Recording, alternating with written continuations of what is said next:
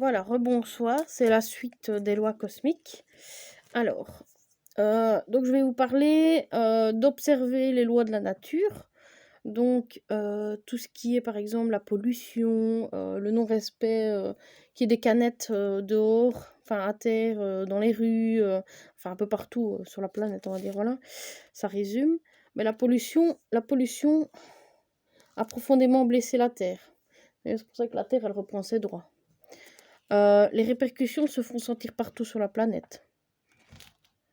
Prendre soin de la Terre, c'est prendre soin de soi-même, puisqu'on vit sur cette Terre.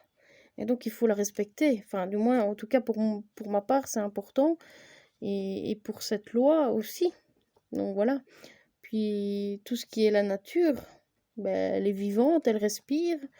Et elle nous permet de vivre sur la Terre. Donc, si on n'a pas conscience de ça, ben, il est temps quand même pour certaines personnes de se réveiller et de prendre soin de la Terre. Bon, après, chacun a son niveau de chemin différent, son niveau de vie différent, son chemin différent de vie. Donc ça dépend, voilà, de tout à chacun. Alors respecter la Terre, c'est se respecter aussi, en effet. C'est comme tout être humain, on est tous reliés les uns aux autres. Et on ne se rend pas toujours compte que quand on fait du mal à quelqu'un, ou bon, après on ne le fait pas toujours exprès non plus.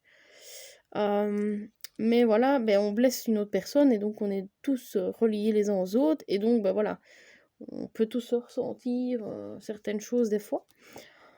Alors, notre subconscient possède dans ses mémoires la conscience de la nature. J'observe les lois de la nature parce que la Terre est notre mère à tous. Elle nourrit et elle est réellement vivante. Voilà, c'est ce que je vous ai dit. C'est que la Terre, elle respire. Les arbres, je ne sais pas si vous regardez dans le rond du tronc d'arbre, il y a vraiment un genre de ressemblance avec les empreintes de nos mains, de nos doigts. Donc c'est quand même que, voilà, la Terre respire. Enfin voilà, tout ce qui est nature, voilà.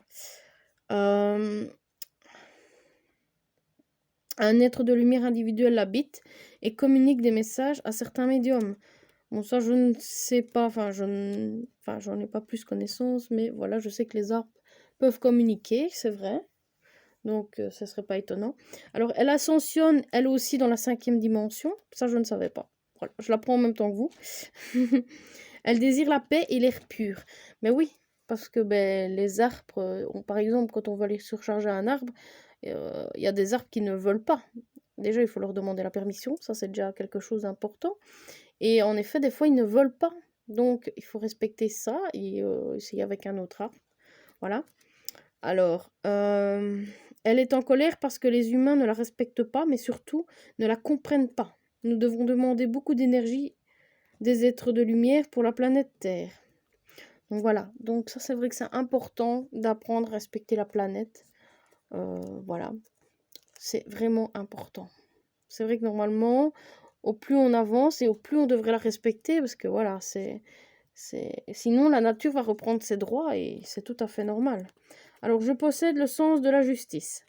La justice remet l'ordre dans l'univers. Donc ça va avec le karma. Le karma est simplement le retour de nos actions afin d'apprendre à agir autrement. Donc ça veut dire que si par exemple, je ne sais pas, je prends toujours le même exemple, c'est que imaginez que vous allez promener votre chien, il fait ses besoins et vous ramassez pas. Bon, si c'est juste pipi, ça va. Mais quand c'est l'autre, c'est autre chose. Eh ben, vous n'allez pas le ramasser. Ah, vous dites, oh ben non, je vais pas le ramasser, je vais le laisser là. Vous revenez, vous repassez, vous marchez dedans. Ben voilà. Enfin, en tout cas, pour moi, c'est ma vérité, c'est que voilà, vous avez marché dedans parce que vous l'avez pas ramassé. Et que normalement, c'est notre responsabilité à soi quand on va se balader quelque part et qu'on promène nos chiens, ou peu importe ce qu'on fait, en tout cas, c'est de prendre sa responsabilité. Et le karma, ben, il nous revient toujours, en bon ou en mauvais. Alors le karma signifie que nous devons revivre une situation semblable jusqu'à ce que la leçon soit apprise. Voilà, c'est comme quelqu'un qui va se moquer d'une personne qui est assez forte, et puis qui va prendre 30, 40 ou je sais pas combien de kilos. Voilà. Pourquoi? Parce que se moquer, ce n'est pas quelque chose de sain.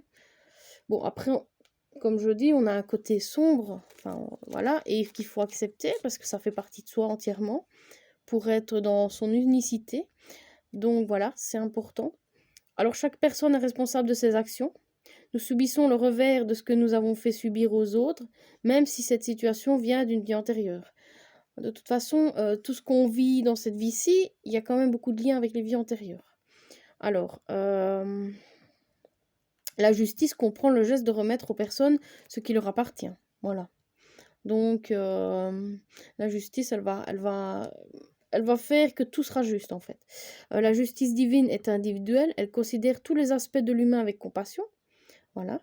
Alors, la justice des hommes est corrompue. Si l'avocat compétent et bien payé, il réussit souvent à innocenter un coupable. Voilà. Nous devons demander à la source divine de rendre justice et ils nous aideront à remettre de l'ordre par conscientisation sur la personne concernée. Donc, ça veut dire demander de l'aide.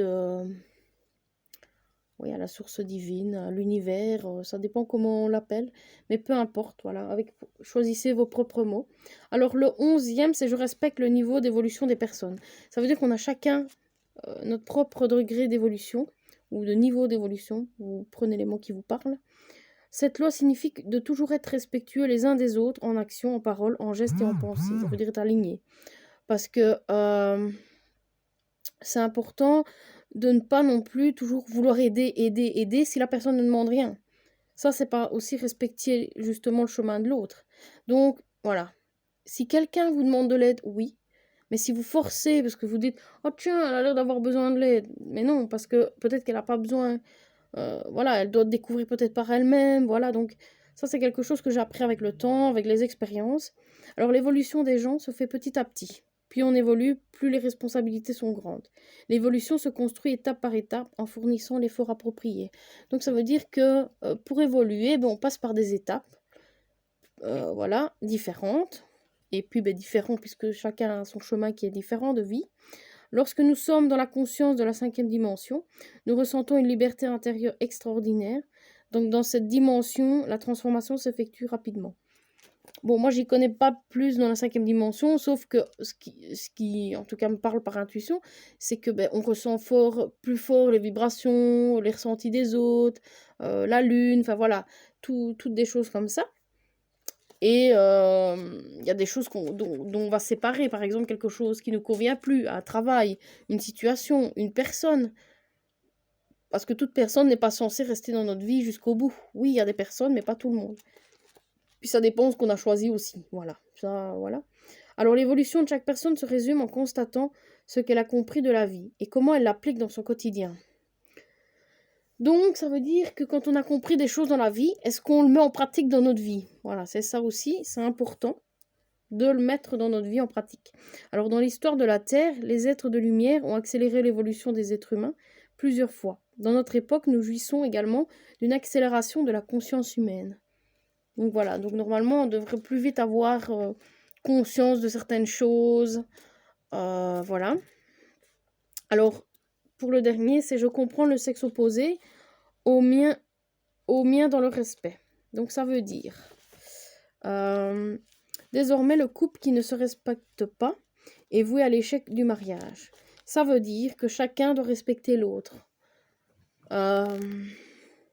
Qu'est-ce que je pourrais expliquer avec quelques mots? C'est que, par exemple, si un des deux n'est pas d'accord avec quelque chose, mais l'autre doit respecter et pas dire non, c'est comme ça qu'il faut penser ou voilà. C'est important de respecter l'avis de l'autre ou l'avis de chacun, si on a chacun un avis différent, voilà. C'est aussi enrichissant. Il ne faut pas oublier que c'est aussi enrichissant. Alors, une nouvelle évolution de l'espèce humaine est en train de naître. Le couple sera basé sur l'amour, le respect et l'apprentissage de la liberté. C'est quelque chose quand même qui manque parce que je trouve que on ne se respecte pas assez pour moi en tout cas de ce que je vois à l'extérieur. Voilà, pour soi-même c'est un peu plus difficile des fois à se dire ah tiens voilà, mais quand on voit les autres couples, il y a des personnes qui ne se respectent pas, voilà, je ne sais pas si voilà, mais c'est chacun son chemin, il n'y a aucun jugement là-dessus. Moi, pour moi, c'est juste que quand je ressens certains couples, voilà, je me dis c'est quand même triste ou voilà, mais après c'est leur chemin, voilà. Si chacun prend ses responsabilités, les enfants et leurs descendants créeront un nouveau monde. L'homme et la femme sont ensemble pour réussir à développer la compréhension, la confiance en l'autre, la diplomatie et le pardon. Tous deux jouent des rôles différents dans leur complémentarité. Bon, après, il peut y avoir aussi des couples où les personnes se ressemblent, mais qu'il y a quand même des petites différences. Mais ça, c'est pas grave, c'est enrichissant aussi. Donc voilà. Le respect aussi dénote l'évolution de la personne. Donc, je sais pas moi, si vous allez vivre quelque chose dans votre couple qui vous convient pas, ben, de le dire à l'autre, d'en parler. La communication, c'est très important. Le couple qui s'aime d'un amour durable est capable de s'accueillir, de s'accepter, de s'écouter, de se soutenir, de s'entraider, de s'unir sexuellement dans l'harmonie et d'entretenir une relation spirituelle. Bon, ça c'est tout à chacun suivant son évolution, hein, et ce que la personne veut aussi. Lorsque deux personnes du sexe opposé sont proches l'une de l'autre, ils communiquent avec le cœur et ils vibrent sur la même onde. Alors, la différence entre l'homme et la femme se définit par des qualités spécifiques à chaque sexe. Les reconnaître permet de marier le côté positif de chacun et ainsi tolérer plus facilement les défauts de l'autre. On a tous des qualités, on a tous des défauts, et ça c'est quelque chose qu'il faut comprendre dès le départ d'une relation, parce que sinon on se les prend en plein visage, comme moi je faisais avant, et ça c'est quelque chose de pas chouette, voilà. On a tous des défauts et des qualités, on a tous un côté ombre et lumière, et ça fait partie de nous, et c'est ce qui nous rend uniques, voilà. Alors la femme a été créée émotionnelle, tendre, aimante, attentive, flexible, tolérante, intuitive, et elle possède une sexualité esquisse. Ses qualités sont complémentaires, ainsi l'homme est attiré par son complément. La source divine a prévu cette union pour que nous puissions enfanter, pour nous aimer et apprendre à nous respecter. Ça, c'est vraiment quelque chose d'important, je trouve. Voilà, se respecter l'un l'autre, ne pas forcer à faire des choses qu'on n'a pas envie en couple. On en parle, on communique. Voilà, mais c'est aussi mettre ses limites dans un couple, voilà. Mais en tout cas, ça m'a fait plaisir de vous parler des 12 lois cosmiques de l'univers. Voilà, et je referai d'autres vidéos. À la prochaine!